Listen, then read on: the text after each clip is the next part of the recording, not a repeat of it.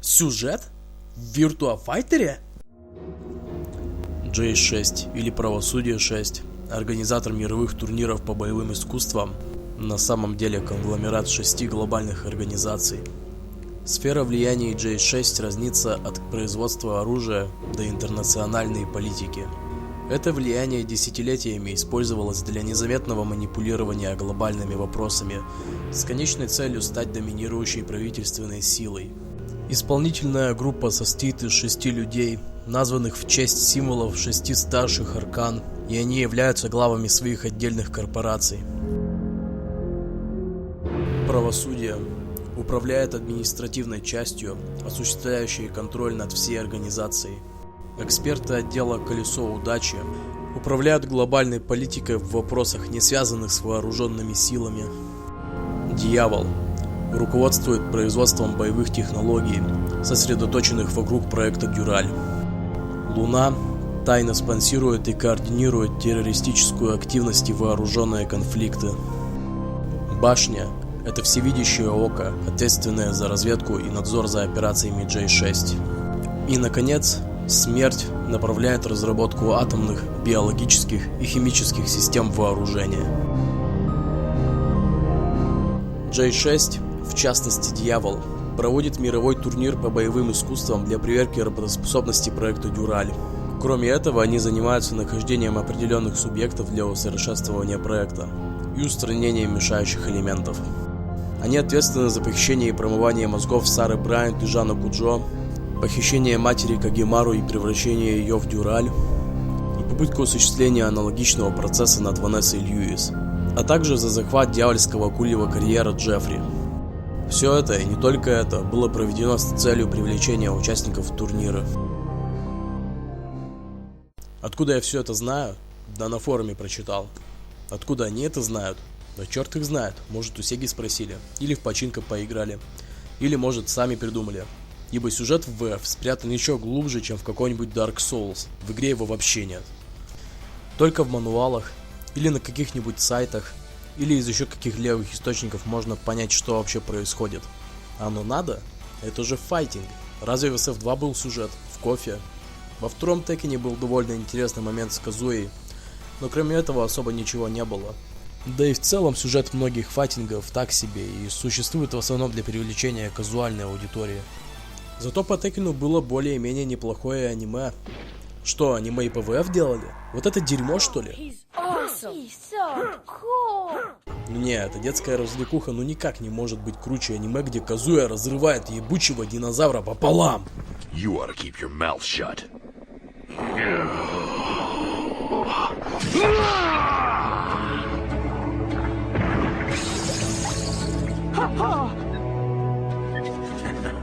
Dumb animals.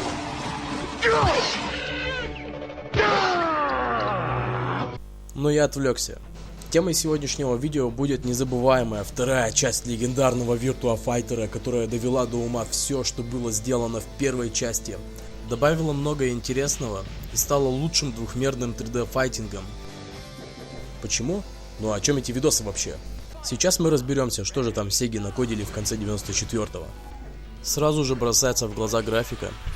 Модели персонажей уже не выглядят как пародии на самих себя, анимированные не гораздо лучше, большее количество полигонов позволило сделать их более детальными, и анимация также не подводит и создает довольно приятную для глаз картину.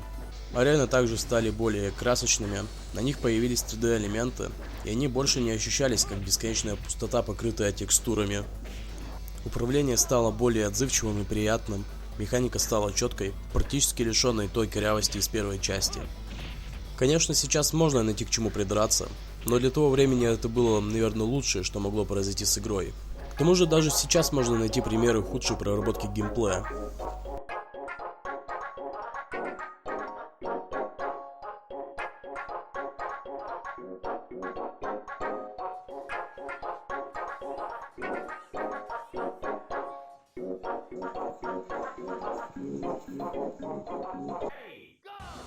Sega не подвели со вторым Virtua Fighter, и он стал популярен почти по всему миру, где его можно было застать. Россия, к сожалению, не вошла в число таких стран. Консоли от Sega после Mega Drive стали довольно редкими, в отличие от PlayStation, и это серьезно повлияло на популярность игры в моей стране. Тем не менее, на своей родине она почти сразу стала культовой. По ней проводилось немало турниров, в ее эпоху появилось немало легендарных игроков, таких как Homestay, Чибита и Осу Акира, который в итоге стал неким подобием Дайга в Virtua Fighter.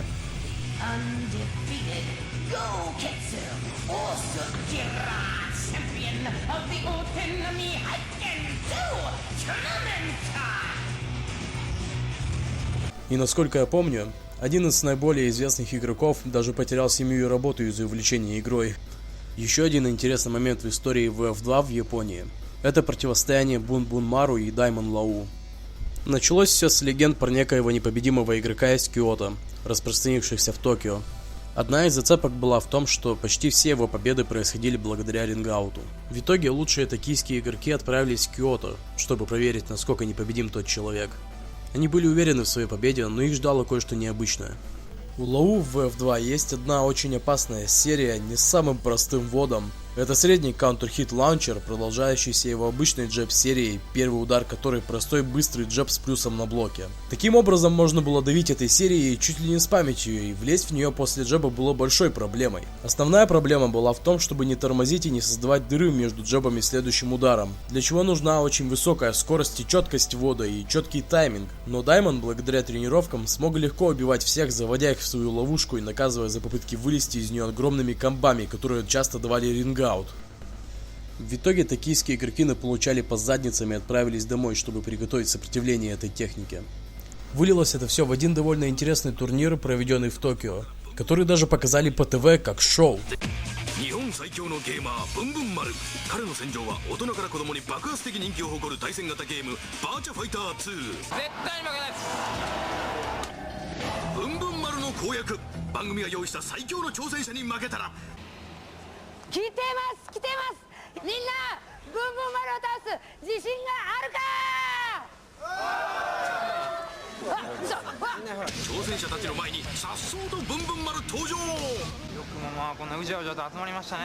Во время турнира он даже восседал на троне, и прекрасные девы по обе стороны охлаждали воздух вокруг его величества и радовали его глаза своими образами.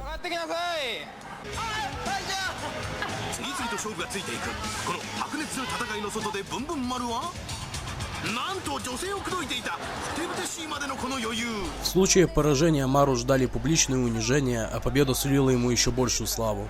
Но Даймон Лау вернулся. Добравшись до финала, он показал крайнее пренебрежение к Бун-Бун Мару.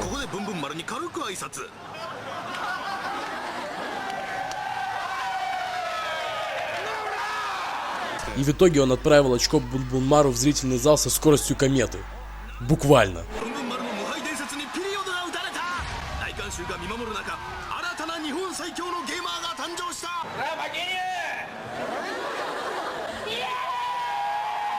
Ему даже пришлось расклеить унизительные листовки в одной из местных аркад.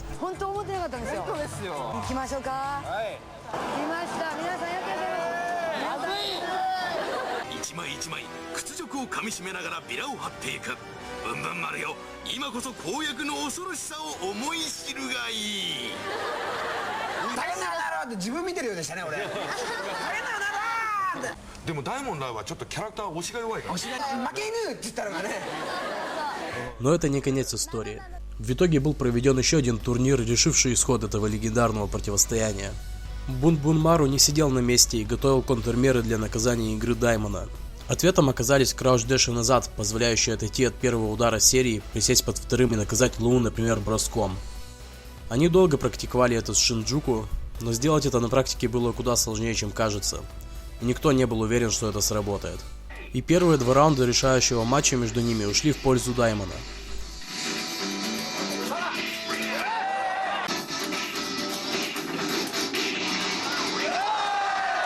Однако все оказалось не так просто для Даймона.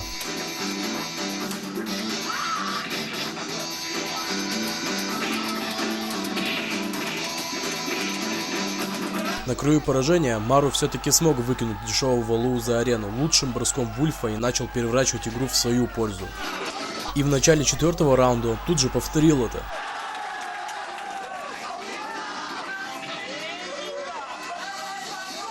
На попытке Даймона спастись от броска, Мару тут же нашел ответ в виде нижних бросков.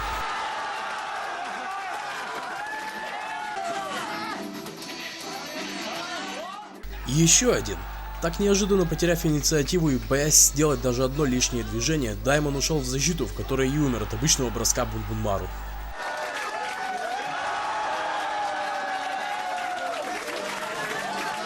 В итоге, на протяжении всего одного матча в таком быстром темпе, где раунды заканчиваются за считанные секунды, произошло очень многое. Самое интересное, это то, как быстро Мару подобрал контрмеру к Даймону, начавшему панически спасать себя от Giant Swing Вульфа, несмотря на то, что проблема была вовсе не в этом броске. По-моему, такие истории гораздо увлекательнее и интереснее, чем какой-то там сюжет про противостояние папки с сыном, с внуком, с мамкой и так далее. Подобные события — это и есть настоящий сюжет игры, неразрывно связанный с людьми, играющими в нее.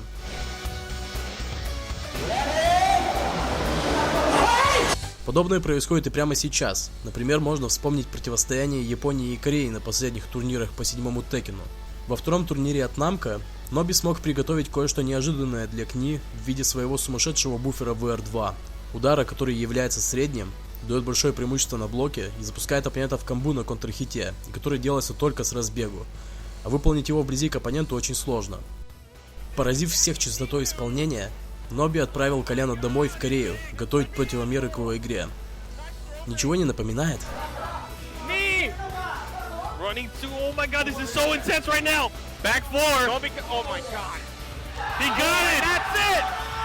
И самое главное, частью этого сюжета, может и не такого грандиозного для многих, но не менее и даже более значимого и переполненного впечатлениями для вас самих, можете стать и вы, или даже уже стали, если вы хотя бы изредка ходите на турниры или в крайнем случае играете по сети.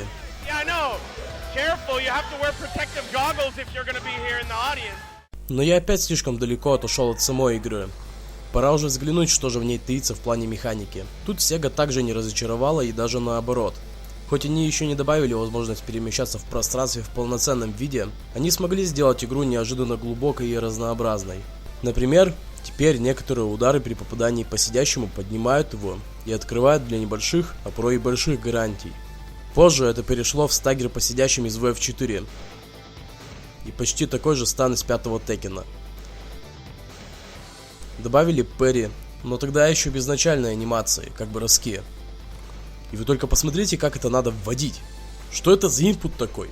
Надо сначала нажать блок, затем направление и затем удар рукой. Не вместе, а последовательно. Я даже не представляю, как сложно это использовать на практике осознанно. Наверное, поэтому это так редко происходит в матчах. Зато посмотрите, сколько хп сносит одно парри Вульфа. Охренеть! Что ж, идем дальше. У бросков хоть все еще не появилась стартовой анимации, как в Теккене, они сами сильно разнообразились по эффектам. Например, появился аналог гардбрейка и стан Деспалму Акиры, которые хоть позже и стали отдельными ударами, здесь были по сути разновидностью бросков. Рвать можно было только некоторые броски, зато при разрыве уже появилась уникальная анимация для каждого рвущегося броска. К тому же здесь уже присутствует довольно интересный мувмент. В этой части появился так называемый Тайван Степ. По сути, аналог вейвдэша из Теккена, но его можно исполнять и назад, правда делать это сложнее. Но в целом техника эта далеко не так сложна, как в вейвдэше, и она не обязательна для игры на высоком уровне, так что это совсем не повышает порог входа, а просто разнообразит игру. Хоть в этой игре еще не появились степы как общая механика, у двух персонажей уже была возможность перемещаться в пространстве. Это Шун и Леон, два новых персонажа, появившихся в этой части. У них были мувы с одинаковым вводом, довольно странным, но на деле простым, которые отодвигали их назад или вперед и в сторону одновременно. И этим уже можно было пользоваться для того, чтобы отходить от ударов и серий и наказывать их. Хоть работало это тогда довольно странно и не очень стабильно, но это все-таки присутствовало в игре и так и работало.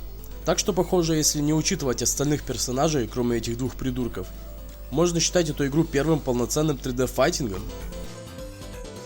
Такой вот вагон нововведений подвезла нам эта часть Virtua Fighter. Вагон не поезд, зато он вполне смог стать локомотивом. Добавления и изменения оказались достаточно многообещающими и открывающими немало новых возможностей, которыми позже сами Sega и воспользуются для создания следующей части игры. К тому же я здесь рассматривал механику в целом, а если взглянуть конкретно на персонажей, то изменений там хоть жопой ешь, подавишься. Интересного много, но для таких видео материал совсем не тот. Может, я как-нибудь расскажу об этом и позже, вместе с различными фактами и деталями о разработке игры и прочим дерьмом для задротов, как обычно такие видео и делаются. А это видео и так получилось довольно большим. Ну и напоследок, Infinita от Кеншира.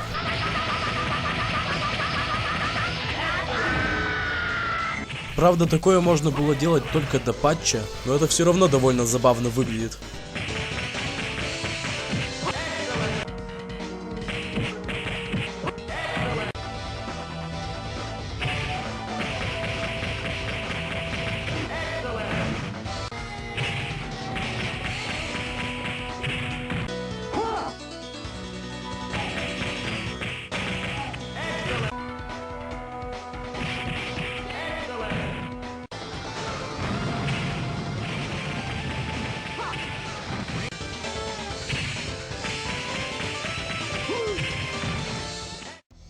Через полгода после выхода VF2 Namco показали нам продолжение своей все еще очень деревянной и тугой игры. В принципе, они тоже немного подняли ее по сравнению с первой частью. Управление стало немного отзывчивее, персонажей стало больше и они стали разнообразнее. Правда, ростер все еще был забит клонами вроде Ли, но для того времени это вряд ли было большой проблемой. В целом, это был просто обновленный первый Tekken. Стоит отметить добавленную анимацию и нормальный ввод для Перри. Опять же, они взяли готовую идею и развили ее до нормального вида, в котором она, в общем-то, сейчас и осталась. Так что Namco есть за что поблагодарить. Еще один небольшой момент – это удары, которые на хите можно продолжать дополнительным вводом в что-то наподобие броска. Так работал правый джеб Мишель, позволяя ей на хите повернуть оппонента спиной. И еще вот эта серия, второй удар, который происходил только при попадании первого. У Джеффри в VF2 уже появилось нечто подобное, но оно работало несколько по-другому, и в итоге так и осталось только у него. Но в следующих частях VF начали появляться удары, аналогичные тому из Текена, но Sega развили эту идею и добавили мувы, которые продолжаются в бросок даже при попадании по блоку. И в целом эта механика в VF стала довольно распространенной, разнообразной и интересной. А в Текене так и осталось только у нескольких персонажей. На самом деле это было еще в первых частях обеих игр. Я забыл об этом упомянуть в прошлом видео, но суть от этого не меняется. В целом игра уже получше и явно интереснее первой части. Но все равно ей не хватало такой четкости, динамики и разнообразия, которые уже присутствовали в Virtua Fighter. Но здесь таки есть еще кое-что интересное, правда не связанное с геймплеем. Главный протагонист первой части пропал, а антагонист сразу же присутствовал в ростере. И в итоге оказывается, что Казуя, этакий Рюа Кира Текена, становится дьяволом. Его тема до сих пор остается одной из самых мрачных в истории файтингов.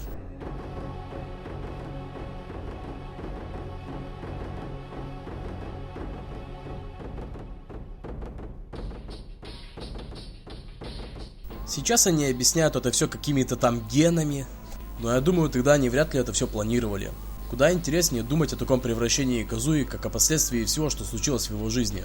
И это заставляет задуматься, что за жизнь такую прожил Казуя, почему он потерял в себе всю человечность. Было ли это испытание его отца, или то, что скрывалось в его корпорации, что Казуя обнаружил, когда стал ее главой. Вот так надо сюжет в файтингах делать. Это уже куда интереснее того, что Tekken предлагает сейчас. Теперь это все превратилось в какую-то мыльную оперу с бесконечными семейными разборками.